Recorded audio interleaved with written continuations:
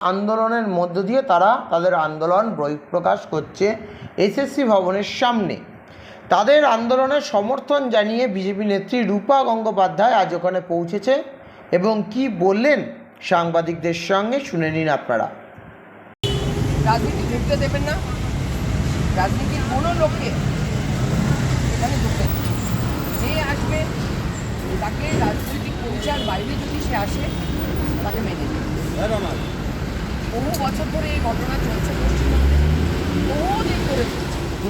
আপনারা আপনাদের বাড়িতে সার্টিফিকেটগুলো রেডি করুন, আগে যে একটা পোর্টাল খুলুন, আমাদের ছোটোবেলায় সার্টিফিকেট আছে, আমরা এই সময় এই পরীক্ষা এই পাস করেছি। একটা ফাইনাল 16 পরীক্ষাই আমাদের সকলের পরীক্ষা নয়।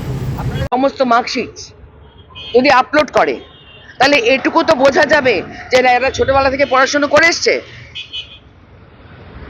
একজন গোল্ড মেডেলিস্টের আমি খবর দেখলাম, তো সে তো আজকে নতুন করে গোল্ড মেডেলিস্ট হয়নি, তার তো সারা জীবনে ভালো রেজাল্টের তার কাছে প্রমাণ আছে। তো উনি আন্দোলন করে বলছেন আমরা কেউ নতুন চাকরিতে কাউকে বসতে হবে না। আরে ভাই, বসতে হবে না, সেটার তো একটা উত্তর আপনাকে সলিউশন বার করতে হবে। উনি তো সলিউশন দিচ্ছেন না। তো তাহলে প্রত্যেকে যদি যার সময়কার, আমারই এখন এই বয়সে, এই 60 বছর বয়সে আমার কাছে এখন আমার সমস্ত স্কুল লিভিং সার্টিফিকেট এবং পুরো মার্কশিট সব কিছু আছে। তা আমি যদি আমার স্কুলের পেপারগুলো জমা দিতে পারি তাহলেই তো প্রমাণিত হয় যে আমি পাশ করে পরীক্ষা দিয়ে পাশ করেছিলাম। তাহলে তো তখনই বেরিয়ে যায় যে এই ছেলে মেয়েগুলো সেগ্রিগেটেড অলরেডি, বিকজ এরা পড়াশুনো করে পরীক্ষা দিয়ে পাশ করেছিল। 5 দিন হয়ে গেল, এগুলো কোনো রকম চেষ্টা আমি দেখতে পাইনি। আমি বিরোধী বলেই আমি যা বলবো তাই অন্যায় কথা বলবো, তা তো হতে পারে না। আমার রাজনৈতিক পরিচয়টা তো আমার বুদ্ধিমত্তার সঙ্গে কোনো কিছু কানেকশন নেই। তো আমি আন্দোলন করবেন কেন? প্রশ্ন হচ্ছে মুখ্যমন্ত্রী আন্দোলন করছেন কার বিরুদ্ধে? এটা কি আন্দোলনের বিষয়? এত বড় বড় লয়ার গেছে, তাদের কাছে আপনার স্কুল সার্ভিস কমিশন এবং আপনার মন্ত্রক থেকে কোনো অরিজিনাল ডকুমেন্টে দিতে পারছেন না।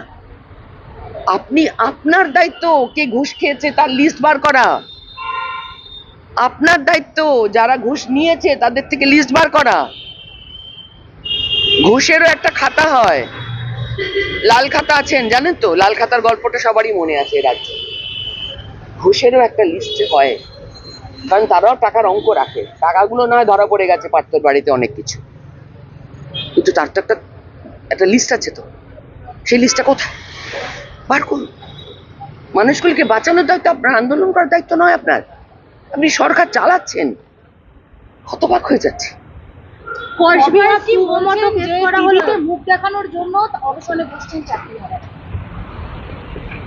খুবই দুঃখের কথা। দেখুন, অনেকে অনেক রকম কথা বলছেন, কেউ পক্ষে বলছেন, কেউ বিপক্ষে বলছেন, কেউ ওনাদেরকে ছোট করার জন্য বলছেন। আমিও বলছি, কারণ আমার জানা নেই যে কে যোগ্য আর কে অযোগ্য। আমার বা যে কোনো মানুষের জানবার কথাও নয়। জানবার কথা একমাত্র শিক্ষা দপ্তর, মাননীয় মুখ্যমন্ত্রী এবং তার গঠিত স্কুল সার্ভিস কমিশন, তারা জানবেন। তো সেই জন্যই মানুষ নানারকম বলছে, অনেক কিছুই বলছে, খারাপও বলছে, ভালোও বলছে, মন্দও বলছে, দুঃখ প্রকাশ করছে। কিন্তু যেই মুহূর্তে খবরটা বেরিয়েছে, সারা পশ্চিমবঙ্গ কেন অনেক মানুষ আমাকে ফোনে হোয়াটসঅ্যাপ করেছে, আমি বাইরে ছিলাম বলে, হাহাকার করছে,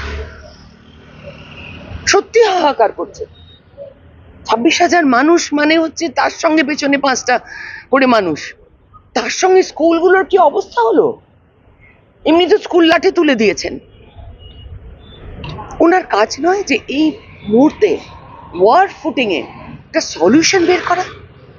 ভাষণবাজি করছেন লোকজনকে ডেকে। ওনার এখন 24 ঘন্টা নবান্নতে বসে পুরো সলিউশন বার করার কথা। কোনো ভাষণ, কোনো মিটিং মিছিল, কোনো কিছু ওনার থেকে আমরা দেখতে চাই না। কুণাল ঘোষ বলছেন প্ররোচনা দেওয়া হচ্ছে বলছে। কালকে মুখ্য সচিব সাংবাদিক সম্মেলন করে বললেন সরকার পুরোপুরিভাবে এই চাকরিহারাদের পাশে আছে। আমি কোন দিকে যাব মাথাটা কেটে তোমাদের হাতে দিয়ে কালকে লাঠিপেটা করার পর এই চাকরিহারাদের বিরুদ্ধেই আবার মামলা রুজু করা। পুলিশ যেরকম প্রমোটো করেছে তার সঙ্গে বিআইও ভাঙচুরের অভিযোগ করেছে এই চাকরিহারাদের বিরুদ্ধে। কুণাল ঘোষ বলছে প্ররোচনা দিচ্ছে। দেখুন, আমি তো তাই বলছি, যারা সরকারে আছে, সে ববি হাকিমি বলুন আর সে কুণাল বাবুই বলুন বা যেই বলুন, তারা কেন একটা সলিউশনের কথা বলছেন না? তাদেরই পুলিশ একদিকে কোর্টে যাচ্ছে, একদিকে মমতার মঞ্চতে বসে থাকছেন, আবার তারাই লাঠিপেটা করছেন।